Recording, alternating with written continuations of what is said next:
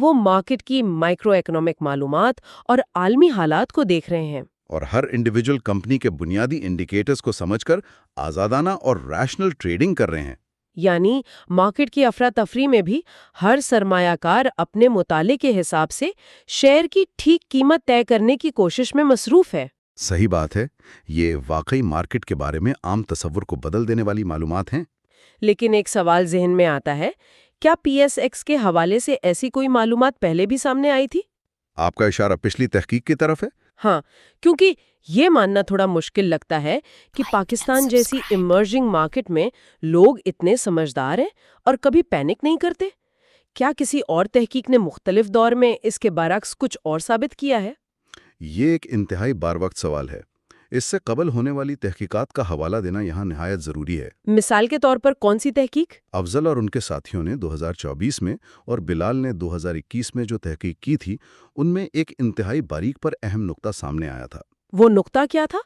ان کا تجزیہ یہ تھا کہ ہرڈنگ مارکیٹ سے مکمل طور پر غائب نہیں ہے، بلکہ یہ ایپیسوڈک ہے۔ ایپیسوڈک یعنی صرف خاص مواقع پر ہوتی ہے۔ 2007 اور 2008 کا گلوبل فائنینشل کرائسس آیا تھا، جس نے پوری دنیا کے مالیاتی نظام کو ہلا کر رکھ دیا تھا۔ صحیح۔ یا پھر جب 2020 میں کووڈ کی وبا شروع ہوئی، جس کے آگے پوری دنیا بے بس نظر آئی تھی۔ ایسے شدید سسٹم وائڈ بحران جن میں آئندہ کا بالکل پتہ نہ ہو، وہاں بعض اوقات وقتی بھیڑ چال دیکھی گئی۔ ہاں، لیکن عام حالات میں یا عام سرمایہ کاری کے دوران آنے والے اتار چڑھاؤ میں ایسی کوئی بھی ہرڈنگ پی ایس ایکس میں موجود نہیں ہے۔ تو اس سب کا آخر مطلب کیا ہے؟ اگر ہم یہ تسلیم کر لیں کہ پوری مارکیٹ کسی بھیڑ چال کا شکار نہیں ہوتی، تو کیا ایسا ممکن ہے کہ کسی مخصوص سیکٹر کے اندر ایسی تبدیلیاں ہوتی ہوں؟ آپ مخصوص انڈسٹریز کی بات کر رہی ہیں؟ ہاں، مثال کے طور پر آئل اینڈ گیس کا سیکٹر لے لیں۔ یہ سیکٹر عالمی قیمتوں، سپلائی چینز اور جیو پالیٹکس سے براہ راست جڑا ہوتا ہے۔ صحیح کہا۔ یا پھر مدارہ باز کی مثال لے لیں، جو کہ اسلامک فائنانس کے مخصوص اصولوں پر چلتے ہیں۔ جب کسی ایسی مخصوص انڈسٹری پر کوئی بری خبر آتی ہے، تو کیا تب بھی سرمایہ کار بھیڑ چال کا شکار نہیں ہوتے؟ سیکٹورل انالیسس واقعی کسی بھی مارکیٹ کی ایفیشنسی کو پرکھنے کا دوسرا اہم حصہ ہے۔ اکثر ایسا ہوتا ہے کہ مجموعی طور پر مارکیٹ نارمل لگ رہی ہوتی ہے، لیکن کسی ایک سیکٹر میں گڑبڑ چل رہی ہوتی ہے۔ تو کیا اس تحقیق میں سیکٹرز کو الگ سے دیکھا گیا؟ جی بالکل، مگر اس تحقیق نے مختلف سیکٹرز، خاص طور پر آئل اینڈ گیس، مدارباز یا دوسری الائیڈ انڈسٹریز کا الگ سے تجزیہ کیا، اور وہاں بھی نتائج بالکل ویسے ہی تھے۔ یعنی کسی مخصوص سیکٹر میں بھی ہرڈنگ کے اثرات نہ ہونے کے برابر پائے گئے۔ ایگزیکٹلی۔ اگر عالمی منڈی میں کروڈ آئل کی قیمت گرتی ہے تو سرمایہ کار تمام آئل کمپنیز کو ایک ہی ڈنڈے سے نہیں ہانکتے۔ وہ دیکھتے ہیں کہ کس کمپنی کے پاس ریزرو زیادہ ہے اور کس پر سرکولر ڈیٹ کا بوجھ کم ہے، اور کون سی کمپنی بحران کو جھیلنے کی صلاحیت رکھتی ہے۔ ڈسپرژن وہاں بھی ویسی قائم رہتی ہے۔ یعنی سرمایہ کار کا تجزیہ اتنا گہرا ہے کہ وہ مصیبت کے وقت بھی اسٹرانگ اور ویک فنڈامنٹلز کے درمیان فرق کرنا جانتا ہے۔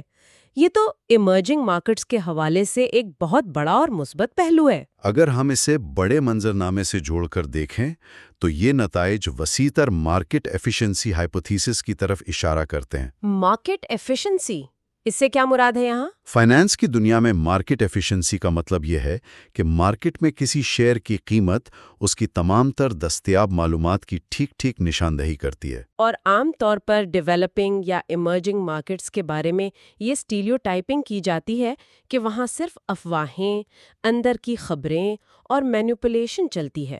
صحیح، لیکن 10 سال کے اس جمع ڈیٹا اور ریگرس اسٹیٹسٹیکل ماڈلنگ نے یہ بتایا ہے کہ پاکستان سٹاک ایکسچینج بنیادی طور پر ایک ایفیشینٹ مارکیٹ کی طرح بیہیو کرتی ہے، جہاں بنیادی حقائق اور ٹیکنیکل تجزیے کو جذبات پر ترجیح دی جاتی ہے۔ بالکل صحیح۔ یہ خلاصہ سرمایہ کاروں کے لیے کسی بڑی خوشخبری سے کم نہیں۔ اکثر نئے آنے والے سرمایہ کار اس خوف میں رہتے ہیں کہ مارکیٹ ایک جوا ہے جہاں بڑے کھلاڑی انہیں وقتی جذبات میں پھنسا لیں گے۔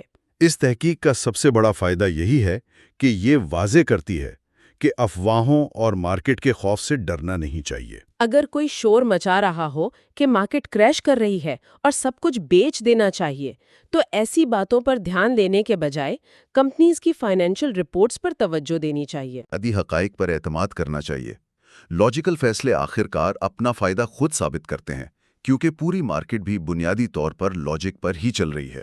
اور میں سوچ رہی تھی اس میں ریگولیٹرز کے لیے بھی تو کوئی سبق ہوگا۔ بلکہ اس سے آگے کی بات یہ ہے کہ اس تحقیق میں ریگولیٹرز، مثلاً securities and exchange commission of Pakistan, جسے SECP کہا جاتا ہے، ان کے لیے بھی ایک بہت اہم پیغام پوشیدہ ہے۔ وہ کیا پیغام ہے؟ اکثر اوقات جب مارکیٹ میں شدید گراوٹ آتی ہے تو ریگولیٹرز یہ سمجھ بیٹھتے ہیں کہ مارکیٹ پینک کا شکار ہو چکی ہے، اور وہ اس ڈر سے کہ سرمایہ کار اپنا پورا پیسہ نہ ڈوبا دیں، سخت پابندیاں لگا دیتے ہیں۔ جیسے ٹریڈنگ کو وقتی طور پر روک دینا یا سرکٹ بریکرز کو انتہائی سخت کر دینا تاکہ قیمتیں مزید نہ گرے۔ لیکن یہ نتائج صاف ظاہر کرتے ہیں کہ پوری مارکیٹ پر ایسی بلینکٹ پابندیاں لگانے کی ہرگز ضرورت نہیں ہے۔ یہ ایک بہت اہم نکتہ ہے۔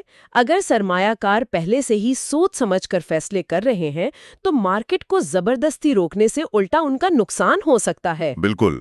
تو پھر ایسی صورت میں ریگولیٹرز کا اصل کردار کہاں بنتا ہے؟ ریگولیٹرز کا اصل کردار وہاں شروع ہوتا ہے جہاں معلومات کی شفافیت کو یقینی بنانا ہو۔